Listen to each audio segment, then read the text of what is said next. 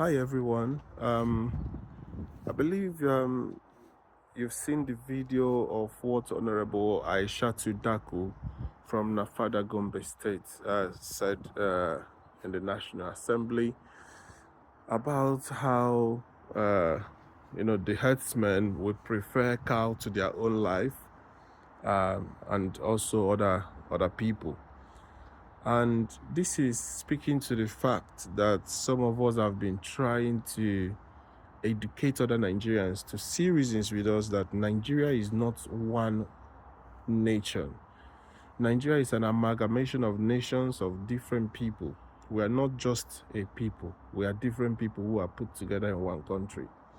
You see, there are different ideologies, and you need to understand the difference that we have. What she said is not an opinion. What she said is factual. You know, if you think about the Indians, you dare not kill a cow in India. It's a taboo. You cannot kill a cow because it's a sacred animal there. They worship cows, and that is the same thing applies to the north. Even to the Igbos, we have Igbo cow, which signifies a lot in our tradition. We don't go as far as worshiping it, but I'm just trying to bring out the ideological differences in Nigeria. So this is why I will really support the president to go for the regional bill that has been passed or passed first reading or so, because what that bill will do is it will help Nigeria to be detribalized. It will help Nigeria to have a sort of representation, in a regional government and face their own issues as a nation or sub-nation. You see, by virtue of independence, even at inception of Nigeria, people like Tafawa Balewa, Awolowo, they were all raising the issue of secession, to be added as a clause in our constitution. Although Zeke was a Pan-Africanist, he didn't want that. He wanted one indivisible Nigeria. But at the time that they did this, from his own purview or perspective at the time, maybe he didn't see some of the issues that the others saw. So now that we have tried this for 60 something years and everybody know that Nigeria is not working, it's time for us to call for a change without demonizing ourselves or anybody, to sit on a table and look at what is the best solution for us, looking at our underlying ideologies, so to speak. So human beings make constitution, and you don't make constitution, you make constitution for yourself. You don't make human beings for the constitution. You make constitution for human beings. So I say this to say that the regional government, and this is my proposal actually, I think the federal government should push for more power to go to the local government. And when we don't have those powers in the local government, then we have a regional. So we'll have presidency, which is federal. Then you have the regional, and you can make the regional to be the 6 geopolitical zones. And I like the fact that they are trying to create more states for the southeast. So it will have the same number of senatorial zones with other, geopolitical zones. So the 6 geopolitical zones will have one regional head, figuratively, and they can oversee their education, their health sector, their resources, wealth creation, be in charge of. They can even have their own language. They can have their own, just like the UK, just like what the colonial masters left us. The only difference is that the colonial masters left this military regional government, which unfortunately, because of the military coup, did not stay within the military context, but spiral out of the military to the civilian, and that led to the first Nigerian Civil War. But at the same time, in this civil rule, we can go back to that regional style, but make sure that the military, the forces are still with the central, with the federal government, which is what the UK is doing. So the UK forces, the Royal Marine, UK still practice a monarch system, even though they have a prime minister. So that's why you have the Royal Marine, the Royal Air Force, the Royal Artillery, the Royal Navy.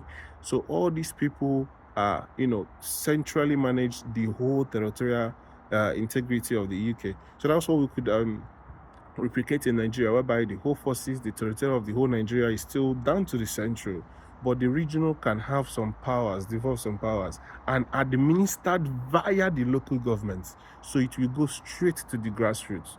If we can implement this style of government, it will capture what essentially we need as a people, depending on different localities, and at the same time detribalize Nigeria, because unity is one of our biggest problems, and people don't seem to have equal voices in Nigeria. So, we really appreciate if Tinubu does it, will be the biggest, legacy for him. And that's one thing we need to do, respecting each other's difference.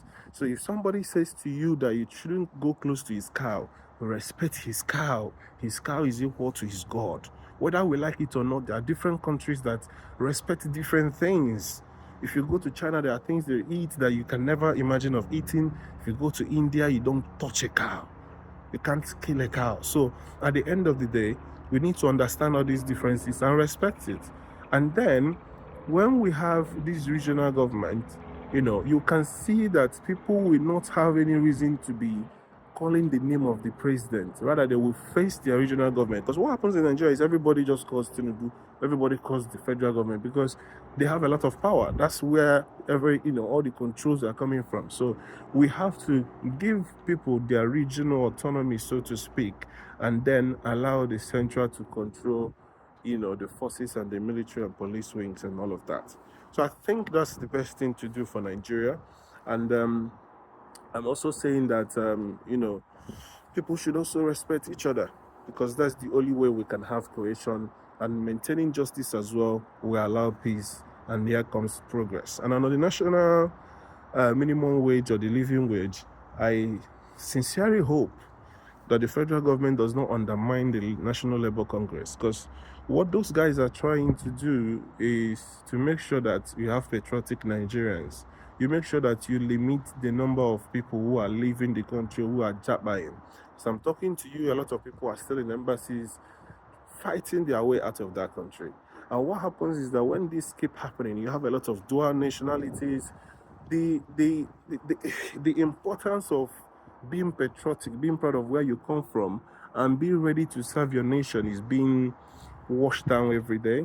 So in India, for example, you are not allowed to have a dual nationality. I'm not saying Nigeria should go that step, but I'm not giving you an example. There are over 1 billion people, so even if they lose a lot of people, it's not a problem to them. They still provide a lot of labor force to a lot of countries, a lot of firms, and all of that, because they have cheap labor, and they are very, very intelligent people. Just like Nigeria, they have high stakes for education and all of that. So you are not allowed to have dual nationalities. Either you are an Indian nationality or passport holder. If you want to be British, you have to drop your Indian citizenship and pick another one. So because of all of that, you find out that people who don't really want to lose their benefits of being an Indian, they reject any other passport and maintain their Indian passport. And I think it goes to show how patriotic their people can be, so that anybody you see having the Indian passport, they are true to their nation. And I think Nigerians should understand the need of having a population that really, are proud to say I'm Nigerian. And the way you do this is to make sure people understand that the government cares for them, that they are not anti-people, and they really want to see them progress. They really care for their welfare. And unless you do that, if you keep having unpatriotism in your country, and God forbid there is any issue or war with another country, it's going to bite you in the bum, because people are going to sabotage the country. So you really need unity, you really need patriotism, and you need it on a very large scale.